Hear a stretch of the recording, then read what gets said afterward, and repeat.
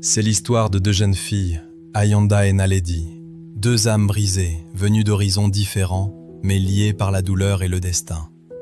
Ayanda est née à Johannesburg, Naledi à Pretoria.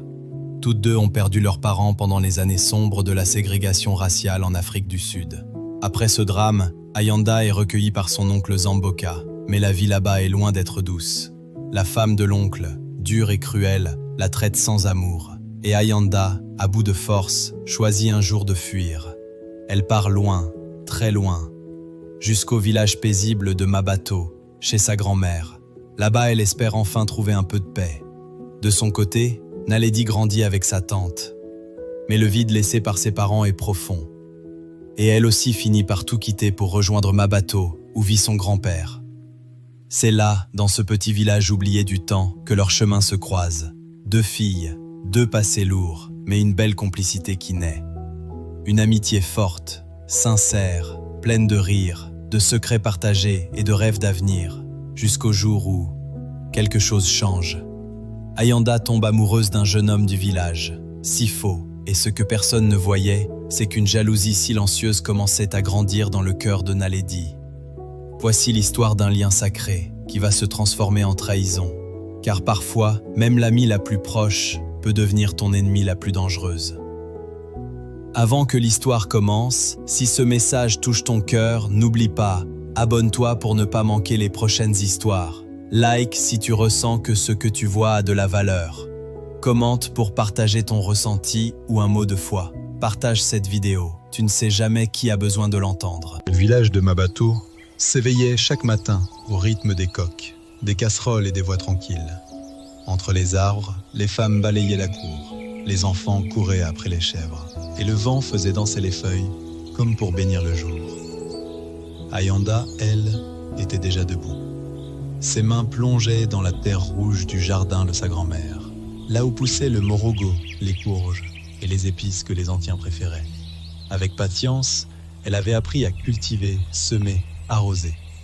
Et chaque semaine, elle vendait ses récoltes au marché du village. Un billet ici, une caisse là, qu'elle lissait précieusement dans une petite boîte cachée sous son lit. Son rêve, repartir un jour à Johannesburg, étudier, devenir quelqu'un, ouvrir un chemin là où le passé n'avait laissé que des blessures. Mais Ayanda n'était pas seulement une travailleuse. Elle avait trouvé une autre force, la prière. À l'église du village, elle avait rejoint le groupe des jeunes intercesseurs. Et entre les chants, les jeûnes et les distributions de repas aux plus pauvres, son cœur guérissait doucement. De l'autre côté du village, Naledi vivait une autre vie. Son grand-père, silencieux et respecté, lui avait transmis la connaissance des plantes médicinales. Chaque matin, ils partaient ensemble en forêt, cueillir racines, feuilles et écorces. Le soir, ils préparaient des décoctions, des poudres, des remèdes que les villageois venaient acheter pour calmer la fièvre, soigner les plaies ou apaiser les douleurs invisibles. Elle-même croyait en Dieu, priait parfois, mais sa foi était fragile, vacillante, influencée par ce qu'elle voyait, ce qu'elle ressentait. Deux filles, deux mondes, et pourtant, le même village, le même silence dans le cœur, la même attente de quelque chose de plus grand. Ce matin-là, le soleil brillait plus fort que d'habitude, et Ayanda, panier à la main, se dirigeait vers le marché.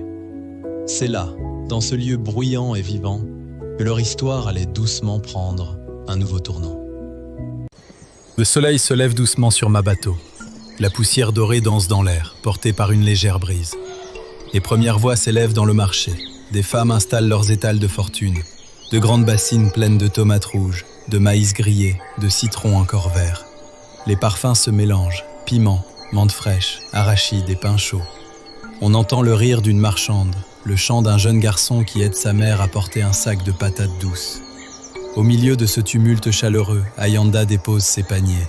Elle y a mis ses légumes du jardin, du morogo fraîchement cueilli, quelques aubergines brillantes et des herbes liées avec soin. Naledi l'attend déjà un peu plus loin, en train de plaisanter avec une vieille vendeuse de tissus. Elles s'échangent un regard complice. La foule s'épaissit. Des passants marchent entre les étals en tapant dans leurs mains pour saluer. Des enfants courent entre les jambes des adultes, et les anciens du village s'assoient sous un arbre, en observant calmement. C'est là, dans ce petit coin de vie bourdonnant, que les choses commencent à bouger. Ayanda, occupée à servir une cliente, lève les yeux. Et c'est là qu'elle le voit. Sifo. Grand, souriant, panier à la main, il s'approche. Et dans le regard d'Ayanda, quelque chose vient de naître. Ce marché, ce jour-là, allait tout changer. Ce marché, ce jour-là, allait tout changer. C'est là, dans ce lieu bruyant et vivant, que leur histoire allait doucement prendre un nouveau tournant. Ce marché, ce jour-là, allait tout changer. Dans le village de Mabato, il y avait un jeune homme qu'on appelait souvent en dernier recours. Pas parce qu'il manquait de talent, mais parce qu'il ne parlait pas beaucoup. Son nom, Sifo. Artisan constructeur, il réparait les maisons effondrées, posait les briques comme on soigne une blessure, et sculptait le bois comme on prie en silence. Il travaillait seul, avec une sagesse rare pour son âge. Tout le monde le respectait, mais peu savaient la profondeur de ses combats. Ce matin-là, le soleil brillait fort sur le marché animé.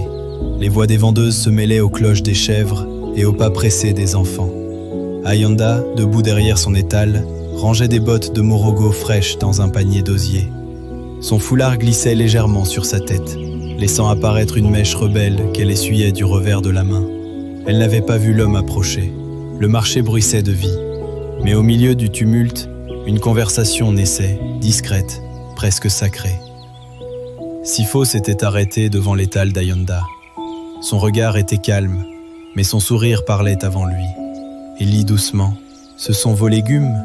Ils ont l'air bénis. » Ayanda, surprise, avait éclaté de rire. Elle lui avait répondu avec malice. « Je les ai plantés avec amour et arrosés avec des prières. » Il prit une botte de morogo entre ses mains. Il le sentit comme on touche quelque chose d'important. Et avec ce ton calme qui le caractérisait, il dit « C'est peut-être pour ça qu'ils sentent aussi bon. » Sifo s'était arrêté devant l'étal d'Ayanda. Son regard était calme, mais son sourire parlait avant lui. Mais Sifo n'était pas comme les autres. Il avait levé les yeux et dit « C'est pour ma mère. Elle dit que le morogo soigne plus que le ventre. » Curieuse, Ayanda avait demandé « Elle est malade ?» Et Sifo, le regard un peu bas, avait murmuré « Elle a perdu la vue, mais elle voit mieux que beaucoup ici. » Alors le sourire d'Ayanda s'était effacé doucement, remplacé par une tendresse sincère. Elle lui proposa de l'aider à choisir les plus tendres feuilles, et lui, avec un sourire au coin, a répondu « Si vous m'aidez, je reviendrai demain. » Ayanda se mit à rire, ce rire discret qu'on garde quand quelque chose nous trouble doucement, et elle avait dit, sans vraiment réfléchir « Alors je vais vous aider chaque jour. » La nuit tombait doucement sur Mabato. Chez Sifo, le feu crépitait dans la petite cuisine, et l'odeur du bois chaud remplissait la pièce. Malumka, sa mère, assise en silence, gardait son visage tourné vers son fils, même si ses yeux ne voyaient plus. Sifo versait de l'eau chaude. Il parlait peu, comme toujours. Mais ce soir, il avait besoin de dire quelque chose. Il murmura. « Aujourd'hui, j'ai rencontré une fille au marché.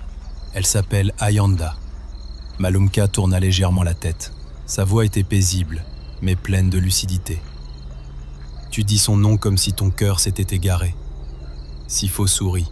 Il ne nia pas. Il répondit simplement. « Peut-être, mais il y a en elle quelque chose de vrai, quelque chose de pur. Elle vend des légumes pour reprendre ses études, et elle prie, beaucoup. » Malumka ferma doucement les yeux, puis elle dit « Je ne vois pas son visage, mon fils, mais je sens sa sincérité dans ta voix. Si elle vient de Dieu, elle reviendra vers toi. Mais souviens-toi, le coup de foudre ne doit jamais remplacer la prière. » Sifo baissa la tête, un soupir, un souvenir, une douleur familière. Et il dit presque à lui-même « J'ai dépensé presque tout ce que j'avais pour essayer de te guérir, mais je crois encore que Dieu ouvrira tes yeux. » Alors Malumka posa sa main sur la jambe de son fils, et dans un souffle calme, elle répondit « Peut-être que mes yeux resteront fermés, Sifo, mais mon esprit voit, et ce que je vois, c'est que Dieu est en train de t'écrire une nouvelle page. Sois seulement attentif et obéissant. » La pièce est sombre. Une lampe à pétrole vacille doucement dans un coin. Ayanda est allongée, immobile, les yeux ouverts dans l'obscurité. Pendant que le village dort, elle se dit en elle-même « Mais moi, je n'y arrive pas. » Son sourire, pourquoi il revient dans mes pensées, comme une chanson que je ne connais pas, mais que je ressens. Ce n'était qu'un échange, un marché, quelques mots. Et pourtant, j'ai l'impression d'avoir entrevu un mystère. Quelque chose de simple mais profond, silencieux mais puissant. Qui est-il vraiment ? Pourquoi ce calme m'a autant troublé ? Pourquoi ce regard m'a fait oublier un instant toutes mes douleurs ? Est-ce sa voix, son respect, sa foi, ou cette manière de parler de sa mère comme d'un trésor, et non d'un fardeau ? Je veux savoir, je veux découvrir qui il est, ce qu'il croit, ce qu'il espère. Mais au fond de moi, une petite voix murmure. Et si ce que je ressens réveillait aussi mes blessures ? Et si j'étais en train d'ouvrir une porte que je ne saurais refermer ? Il est écrit dans le livre de Cantiques des Cantiques, au chapitre 8, verset 6, « Place-moi comme un sceau sur ton cœur, comme un sceau sur ton bras, car l'amour est fort comme la mort. Ses ardeurs sont des flammes, une flamme de l'Éternel. » Ce verset exprime l'intensité des sentiments naissants, qui troublent Ayanda sans qu'elle les comprenne pleinement. Il évoque aussi une forme de mystère et de profondeur spirituelle dans l'amour sincère. Mais dans un autre coin du village, une autre jeune fille veillait aussi sans le dire. Et dans le cœur de Naledi, une sensation étrange commençait à naître. Un frisson qu'elle ne comprenait pas encore. Quelque chose entre l'ombre et la peur de perdre ce qu'on n'a jamais vraiment eu. Le jour de la retraite qui avait été planifié par l'église arriva. Tout le monde était présent avec des invités dans un coin à l'ombre des grands arbres du village de Mabato. Le pasteur prit la parole et dit « Que Dieu vous bénisse. Aujourd'hui, nous allons nous entretenir sur le thème suivant. Comment se conserver pur devant Dieu jusqu'au mariage ? Jeunes gens, les passions de la jeunesse ne sont pas des fautes, ce sont des feux que Dieu nous demande d'apprendre à canaliser. L'amour n'est pas mauvais, l'attirance n'est pas un péché, mais c'est la manière dont on les gère qui révèle la pureté du cœur. La Bible dit dans 2 Timothée au chapitre 2, verset 22, « Fuis les passions de la jeunesse et recherche la justice, la foi, l'amour, la paix, avec ceux qui invoquent le Seigneur d'un cœur pur. » Alors, fuyons l'occasion de pécher et courons vers ce qui plaît à Dieu. Si quelqu'un entre dans ton cœur, parlant d'abord à Dieu avant de tout donner à la personne. Et souviens-toi, ce que tu protèges aujourd'hui deviendra un trésor demain. Ne laisse pas l'émotion diriger ta destinée. L'amour vrai attend, l'amour vrai prie, l'amour vrai respecte Dieu. Sous l'ombre d'un arbre pendant l'atelier, ils avaient parlé à voix basse, pas pour se cacher, mais parce que certaines vérités ne crient pas. Ayanda se disait en elle-même, quand il a été placé dans le même groupe que moi, mon cœur a légèrement bondi, mais je me suis forcé à rester concentré. Ce n'était pas le moment de me laisser distraire. Alors Sifo parla calmement. Ce que le pasteur a dit, c'est juste, mais ce n'est pas facile quand quelqu'un touche quelque chose de profond en toi. Ayanda n'a pas tout de suite répondu. Ses yeux regardaient la terre, mais son cœur regardait plus haut. Elle avait murmuré. J'ai souvent prié pour ne pas me perdre dans mes sentiments. Mais maintenant, j'apprends à prier avec mes sentiments, à les confier à Dieu. Sifo avait souri doucement, et il avait répondu avec une foi simple mais solide. Je crois que Dieu aime ça, quand on ne fait pas semblant devant lui.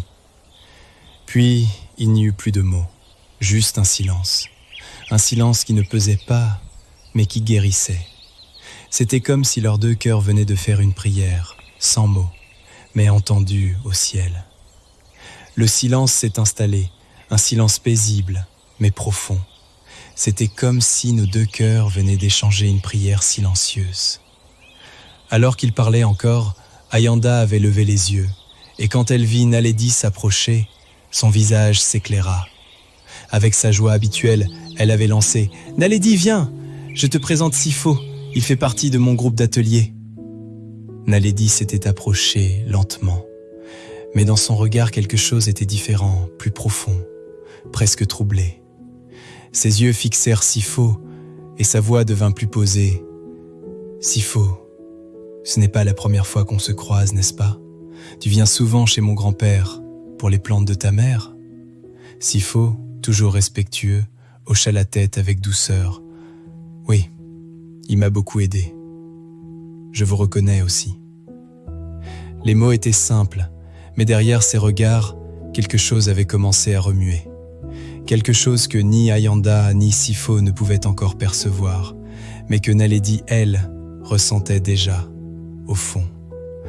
Ayanda sourit, heureuse du lien inattendu, mais Naledi, elle, sentait une gêne. Quelque chose dans la façon dont ils se regardaient, dont ils se comprenaient, la dérangeait sans qu'elle sache l'expliquer. Sur le chemin du retour, ils ont marché ensemble, riant par moments, silencieux par d'autres. Arrivés au carrefour central de Mabato, chacun prit sa route. Mais derrière les sourires, les cœurs n'étaient pas tous en paix. Intérieurement, Naledi se disait en elle-même « Pourquoi est-ce que leur complicité me dérange ?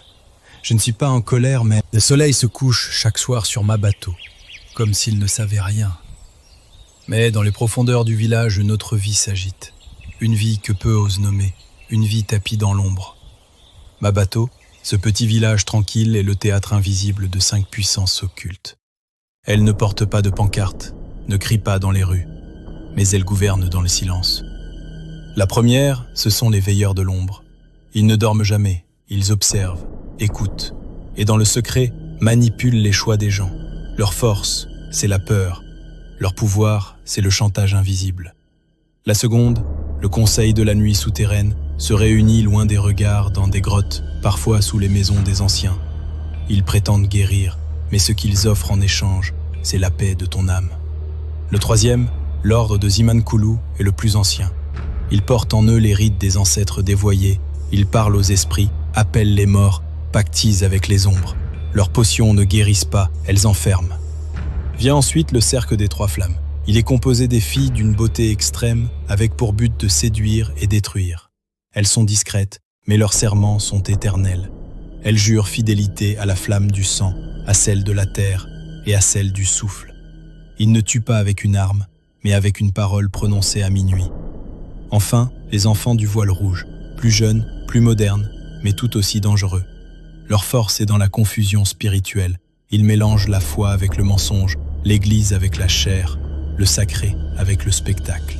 Et ensemble, ces 5 cercles invisibles agissent à Mabato depuis des générations. Ils plantent la maladie, sèment les conflits, voilent les cœurs, détruisent les mariages et donnent une apparence de paix pendant que les fondations pourrissent doucement. Le mal, à Mabato, ne porte pas de masque, il porte un visage familier. Il est écrit dans le livre de Éphésiens 6, verset 12. « Car nous n'avons pas à lutter contre la chair et le sang, mais contre les dominations, contre les autorités, contre les princes de ce monde de ténèbres, contre les esprits méchants dans les lieux célestes. » Ce verset révèle la vraie nature du combat. Il n'est pas physique mais spirituel. Il éclaire les actions des sectes occultes, tout en avertissant le spectateur que le village est sous influence invisible. Il était respecté.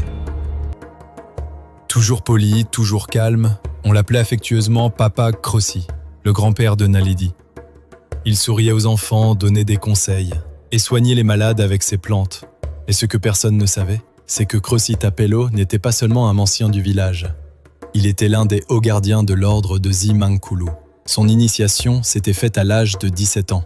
Un pacte, dans la forêt, une nuit sans lune. Depuis ce jour, il appartenait à l'ombre. Le jour, il était doux comme un agneau, mais la nuit, il devenait une voix dans les ténèbres. Il récitait des incantations, traçait des symboles dans la terre et prononçait des malédictions sur les enfants du village. Il avait gravi les rangs et récemment, il avait reçu une promotion spirituelle dans son cercle. Mais ce privilège avait un prix. Il devait obéir à toutes les lois de sacrifice, créer des maladies par ses paroles, briser les mariages par des incantations et voiler les jeunes avec une religion sans Christ. Il ne leur interdisait pas l'Église, non. Il préférait les y envoyer, mais en leur ôtant la vérité. Il chantait, il priait, mais il ne connaissait pas Jésus. Il connaissait l'Église, mais pas la croix. Naledi ne savait rien. Elle voyait son grand-père sortir la nuit, disant qu'il allait méditer dans la nature. Mais chaque nuit, il revenait à 4 heures du matin, fatigué, transpirant, silencieux. Et ce soir-là encore, le vent soufflait doucement sur Mabato. La lune était haute, et Papa Crossi marchait seul vers les bois avec un sac de cendres et un collier en écorce noire. Il allait rendre compte aux esprits, aux flammes et au pacte que seul lui connaissait. Il est écrit dans le livre de 2 Corinthiens 11, versets 14 à 15. Et cela n'est pas étonnant puisque Satan lui-même se déguise en ange de lumière. Il n'est donc pas étrange que ses serviteurs aussi se déguisent en serviteurs de justice. Ce verset décrit exactement la duplicité de Grossi Tapello, un homme doux le jour, mais sorcier la nuit. Il dénonce les apparences religieuses sans vérité et expose la stratégie spirituelle de l'ennemi, tromper même ceux qui pensent être dans la lumière.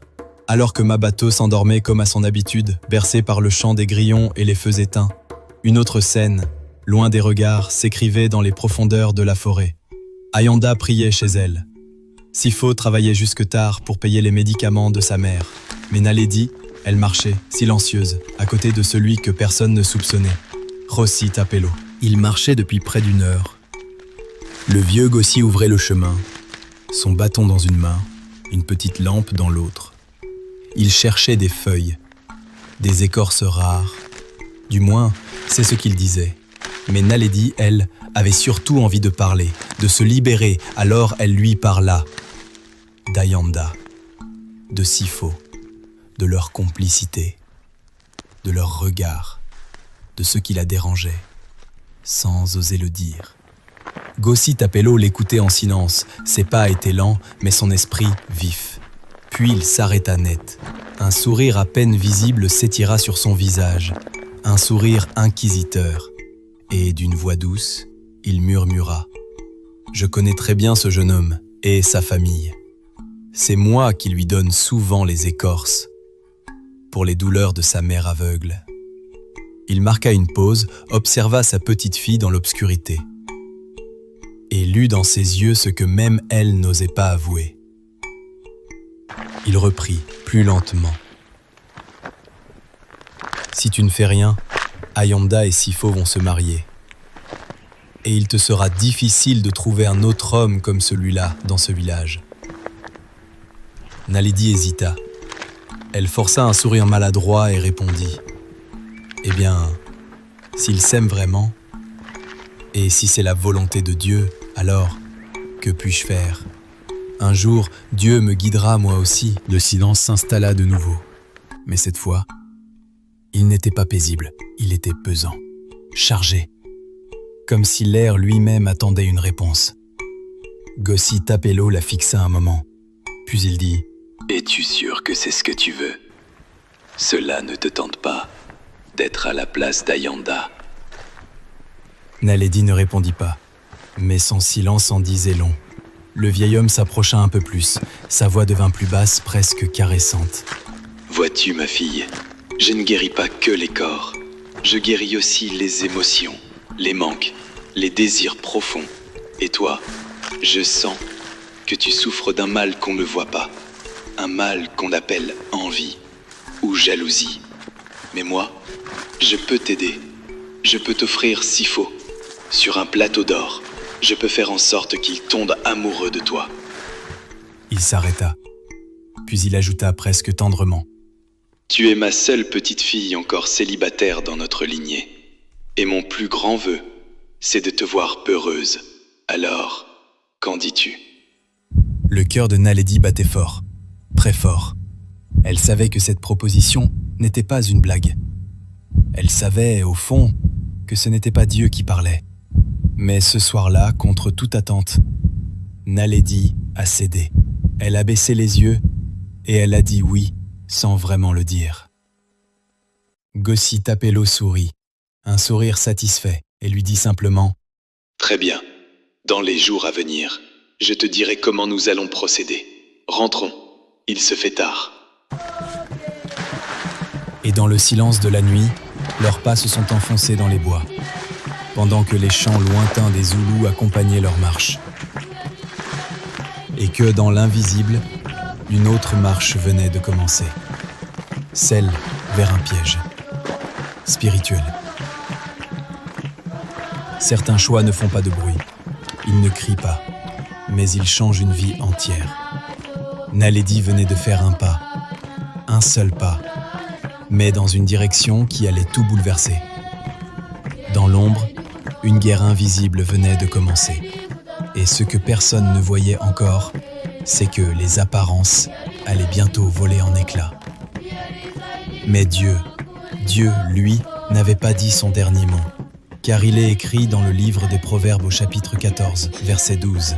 « Telle voie paraît droite à un homme, mais son issue, c'est la voie de la mort. » Il en résonne profondément avec l'idée du « pas silencieux » que Naledi vient de faire. Souligne le danger des choix qui semblent justes, mais mènent à des conséquences spirituelles graves.